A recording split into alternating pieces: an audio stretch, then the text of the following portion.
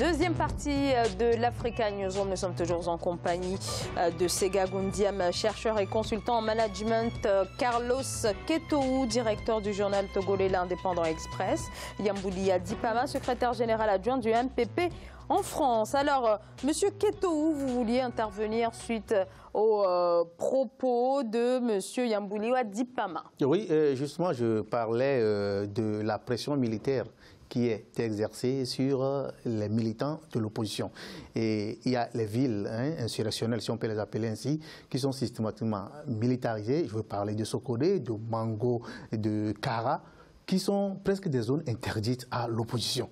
L'opposition n'a pas le droit de manifester, l'opposition n'a pas le droit de faire des réunions, et en telle sorte qu'on n'a pas l'occasion de pouvoir manifester librement. Certains sont arrêtés, certains sont détenus de façon arbitraire. Même, pour la petite histoire, des animaux qui sont soupçonnés d'appartenir à l'opposition sont abattus. Les arbres sous lesquels des militants se rassemblent sont coupés. Donc vous voyez un peu le spectre de la terreur qui existe au Togo. Ce qui fait que l'opposition se bat avec des réformes, des attentes au niveau des réformes. Ouais. C'est pourquoi au niveau de la CEDEAO, aujourd'hui, les Togolais n'attendent pas beaucoup de cette réunion parce qu'il y a quelques jours seulement, la CEDEAO s'est prononcée en appelant les partis aux élections. Alors que le cadre aujourd'hui, la situation d'aujourd'hui ne permet pas qu'on puisse aller aux élections dans ces conditions, dans la mesure où le cadre électoral est totalement dégingandé, dans la mesure où il n'y a pas encore eu de ces réformes constitutionnelles et institutionnelles, et dans la mesure où depuis près de 50 ans, les élections ont été toujours truquées, ont été toujours falsifiées au Togo. Donc on ne peut pas aller dans les mêmes conditions à des élections, ce qui fait que l'opposition va continuer à manifester. C'est pourquoi, depuis hier, l'opposition a lancé des manifestations dans tous les quartiers et dans toutes les villes du Togo. Non, vous savez, je n'accuse pas l'opposition de quelque chose. Moi, je respecte fondamentalement les décisions qui émanent d'un pays, et c'est votre volonté d'aller quelque part, vous êtes face à une situation où il y a une certaine oppression, on a un régime barbare, on en est conscient. On a eu des tours de passe-passe véritablement même fort pour être président.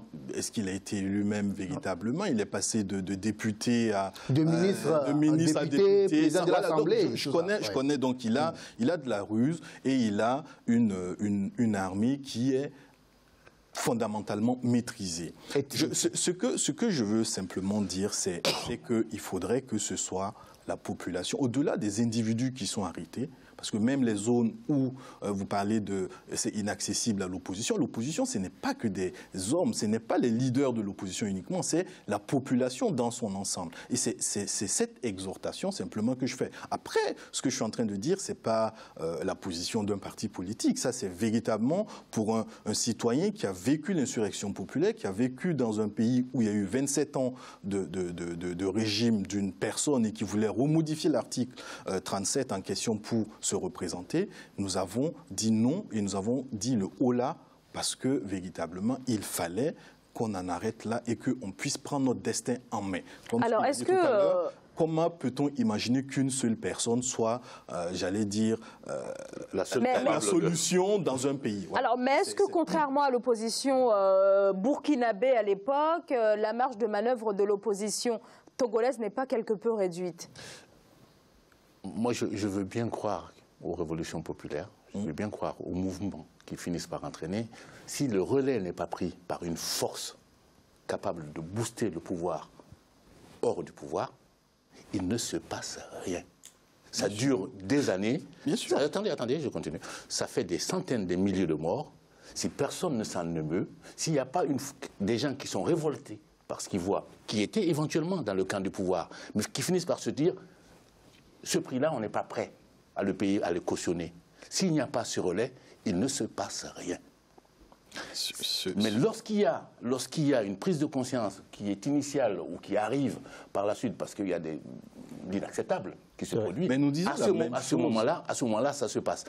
C'est la même chose. Ni au Burkina, ni au Mali, ni au Sénégal, où il y a eu un mouvement civique.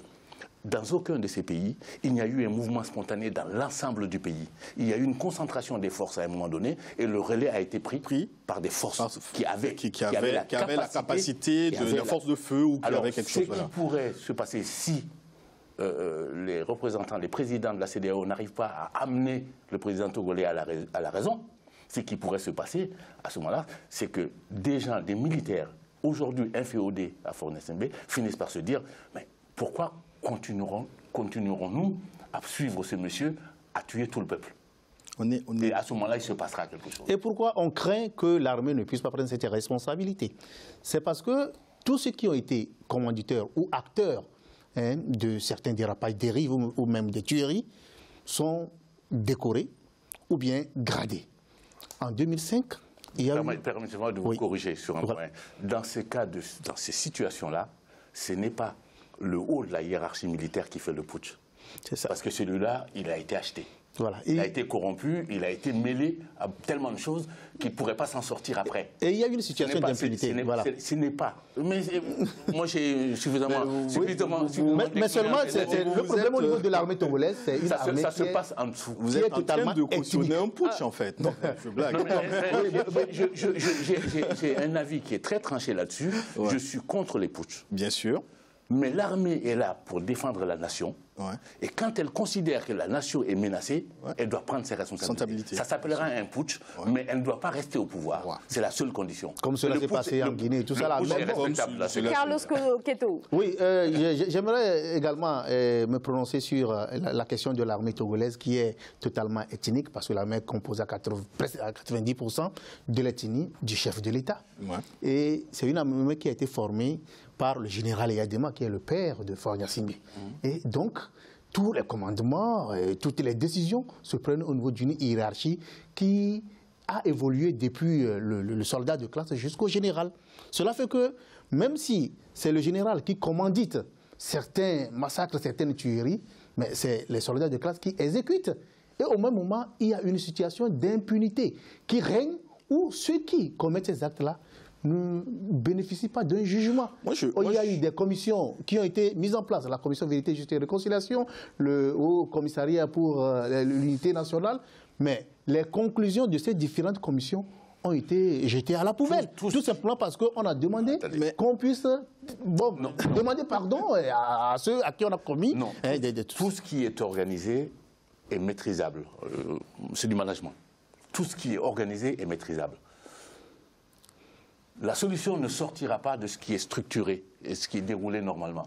La solution vient des incontrôlés. Justement, c'est qu'on ne veut pas faire l'apologie du putsch pour donner l'impression qu'il faut révolter l'armée pour faire le putsch. Non, l'opposition politique ne peut pas le faire. C'est une prise de conscience individuelle. Quand tout est bloqué, imaginons que cette situation dure des années. Aujourd'hui, tout est bloqué. Le Togo serait foutu. Oui. Le pays serait foutu. L'économie est totalement effondrée. Le pays serait foutu. Oui. Donc, à chacun de se poser la question de savoir qu'est-ce que je peux y faire. Alors, quelle piste pour une sortie de crise, très rapidement? On a vu le dernier dialogue inter-togolais, finalement, s'est soldé par un échec, aucune piste de sortie de crise n'a été trouvée. Sommet de la CEDEAO, donc, qui s'annonce là pour le mois de juin. Vous dites que finalement l'opposition togolaise n'attend pas grand-chose. Alors, qu'est-ce qui va se passer là dans les prochains mois? Oui, si et seulement si les chefs d'État au niveau de la CEDEAO prennent conscience et se disent que cette fois-ci, le Togo devient une anomalie dans la sous-région parce que c'est le seul pays où le président est en train de vouloir briguer son 4e mandat, c'est le seul pays où il n'y a pas l'alternance, c'est le seul pays où il n'y a pas la démocratie. Si les chefs d'État, comme le président nigérien Buhari, il a déjà annoncé que les alternances ne devaient pas être négociées, bon, si ces chefs d'État se disent qu'aujourd'hui, vous êtes le président en exercice de la CEDEAO, il y a une crise qui risque d'affecter toute la sous-région, donc il faut se prononcer véritablement sur votre candidature en 2020. Là, on pourra trouver une issue favorable. Et en même temps, en fonction de cette issue favorable, il faudrait que le président Faure-Gnassingbé puisse accepter les propositions qui sont faites, du moins par l'opposition, des propositions allant dans le sens d'une transition politique. C'est un dialogue. Alors, est-ce que vous pensez que une transition politique. Alors, est-ce que vous pensez que les présidents guinéens Nana Akufo-Addo, mais aussi le président, le président ghanéen Nana Akufo-Addo et le président guinéen Alpha Condé vont émettre des recommandations en ce sens? Oui, ils ont déjà émis des recommandations sur la question de la transition transition politique. Oui, alors ils ont insisté notamment au mois d'avril qu'il fallait prendre des mesures pour respecter la démocratie. Mais seulement ils sont confrontés au refus systématique du pouvoir en place, de pouvoir aller à une transition politique qui devait permettre d'aller en 2020 et de permettre à Faure Gnassingbé de quitter le pouvoir. Et puis en interne, ils sont aussi occupés par leur propre réalité, parce qu'il y a en interne Condé va aller vers des élections très bientôt, le président Boari, donc en fait ils sont aussi confrontés à leur propre réalité en interne. Moi je crois que la solution, en fait il n'y a pas de solution, mais moi j'exhorte la société civile, les partis politiques et la population de façon générale à pouvoir s'organiser fondamentalement. Et puis au niveau vous parliez de l'armée, mais même les positions peuvent varier parce qu'il y a eu un putsch au Burkina pendant la période transitoire qui a été accepté par la CEDEAO avec des recommandations et nous avons dit non à un moment donné. C'est en fonction des réalités même.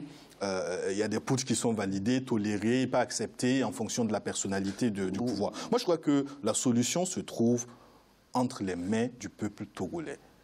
C'est de là que tout va partir et c'est de là que les accompagnements nécessaires pourront venir. Vous permettez que je vous dise que si on reprend, je vais revenir à la CEDEAO, si on reprend l'exemple burkinabé, il y a eu un alignement, entre guillemets, de la CEDEAO, sur le putsch. Sur le putsch. Oui. Sur le putsch. Mais ce ne sont pas les manifestations du peuple burkinabé qui ont fait partir. C'est l'armée qui est venue encercler Ouaga. Autant que je me souvienne. Oui, mais je ferme la parenthèse. Je parlais des forces. Mais c'est de là où je voulais en venir parce que l'armée fait partie de la population. Même si à un moment donné, l'armée doit s'assumer. C'est pour ça que tout à l'heure, je ne voulais même pas me prononcer sur ces notions ethniques et autres. C'est vrai, c'est une réalité, c'est un constat. Mais à un moment donné, je crois que ce sont des Togolais quand même qui sont massacrés, qui sont reprimés. Et donc, il faudrait peut-être arriver à transcender cela. Moi, c'était simple. Après, je ne suis pas dans la contradiction. Je veux simplement dire qu'il faut éviter, je ne parlerai pas de naïveté, d'être un peu trop romantique par rapport aux révolutions. Le coup d'État, le putsch qu'il y a eu pendant la transition aurait réussi si l'armée n'était pas venue encercler Ouaga. C'est aussi simple que ça. Je continue. Il n'y a rien de spontané. On ne va pas rester sur Ouaga. Mais parce qu'il n'y a rien de spontané. La CEDEAO, la solution peut venir de la CEDEAO, même si je suis sceptique. À condition qu'ils trouvent le moyen de mettre la pression et d'offrir une carotte à Faure Gnassingbé. La solution, elle est là. Mettre la pression pour dire c'est inacceptable et offrir une carotte. L'exemple typique, c'est la Gambie. Il y avait des forces militaires qui étaient prêtes. Bon, c'est un peu plus compliqué au Togo. Des forces militaires qui étaient prêtes. Et en même temps, on lui a offert une porte de sortie en lui faisant acceptable, préservant ses intérêts. Oui. Ça peut être une solution. Cette solution n'est pas évidente dans le cas du... Mais justement, au début de la crise... Cette solution n'est pas évidente dans le cas du Togo. Je n'y crois pas trop. Et si ça ne marche pas, il n'y a pas d'autre solution, malheureusement, que de laisser mourir des centaines et des milliers de personnes jusqu'à ce qu'il y ait quelque chose qui casse. Voilà, justement, en début de la crise, à partir du mois d'août ou septembre et octobre 2017, les Togolais, même l'opinion nationale et internationale, ont été surpris par la position de la CEDEAO. Parce que l'engagement et puis la volonté de la CEDEAO d'intervenir en Gambie à l'époque n'a pas été le même au niveau du Togo. On a vu au moment où on tirait sur les populations, au moment où on arrêtait, au moment où la crise était vraiment à son haut niveau, on a vu le président de la commission Marcel de Souza à l'époque, le Béninois, qui continuait d'hésiter, de balbutier face à la situation du Togo, et il ne se prononçait pas véritablement pour une issue qui permette de contraindre le pouvoir de Lomé à pouvoir aller. Excusez-moi de jouer on accuse la CEDEAO, voilà. La CEDEAO n'a pas réglé le problème gambien. C'est inexact. Il y avait... Quand même, attendez, j'y viens. Je vous en prie, poursuivez. Il y avait plus... J'observe depuis longtemps et de très près. Il y avait plusieurs camps. La négociation menée par Alpha Condé n'a rien à voir avec celle qui a fait partir le président gambien. L'intervention du Maroc n'a rien à voir avec la solution qui a fait partir. Un pays a été déterminant dans le cas de la Gambie. Le Sénégal. C'est le Sénégal. Ils ont massé les troupes. C'était hors CEDEAO. La CEDEAO n'a pas poussé tu es amené à partir. Mais les interventions dissuasives, c'est aussi simple que ça. à l'époque, les interventions... En tout cas, c'est un positionnement qui a été soutenu complètement par la CEDEAO. Par la CEDEAO et avec le président de la commission à l'époque. Même si jusqu'à la dernière minute, il y a eu ce dérivatif Alpha Condé, jusqu'au bout. Ce qui aussi explique le fait des positionnements et des postures en fonction aussi de la personnalité du chef d'État en question. Bien sûr. Parce que Djamé, qui était un peu clivant, qui était un peu sûr des postures et avec son positionnement par rapport à la Casamance avec le Sénégal, a été déterminant. Oui. Donc il faut donc la CEDEAO, enfin, je ne sais pas que je suis contre ou que je ne partage pas, mais elle prend souvent des décisions, ou en tout cas, elle impulse des principes que tout le monde accepte. Hein, il faut l'alternance, il faut machin. Mais quand même, quand il faut donner un coup de booster, quand il faut prendre des positions tranchées, ben, ça varie en fonction c'est la cacophonie. Voilà, la cacophonie, je ne saurais dire, mais en tout cas, c'est déterminant. Et cette posture de carotte et de pression populaire, oui, mais je dis que la solution est entre les mains du peuple togolais. Le peuple togolais, y compris le chef de l'État, qui doit comprendre qu'il a fait il y a 3 mandats et il doit pouvoir créer les conditions d'une alternance que le peuple est en train de vouloir. Oui, mais si il est dans la logique de la conservation du pouvoir et a mis comme bouclier l'armée et puis toutes les forces et le bras financier, tout ça là, du Togo pour conserver le pouvoir. Il y aura que des gens meurent, qu'on tire sur des gens, ce n'est pas son problème. Là, il y aura toujours des problèmes. Il n'est pas le seul en Afrique, je peux en citer sans réfléchir 2 autres pays. Merci beaucoup à tous les 3 pour ce débat. On marque une très courte pause et on revient dans quelques instants. Et là, on va parler justement de la Gambie qui a bénéficié donc du soutien de la CEDEAO. On se retrouve dans quelques instants. Ne bougez pas tout de suite.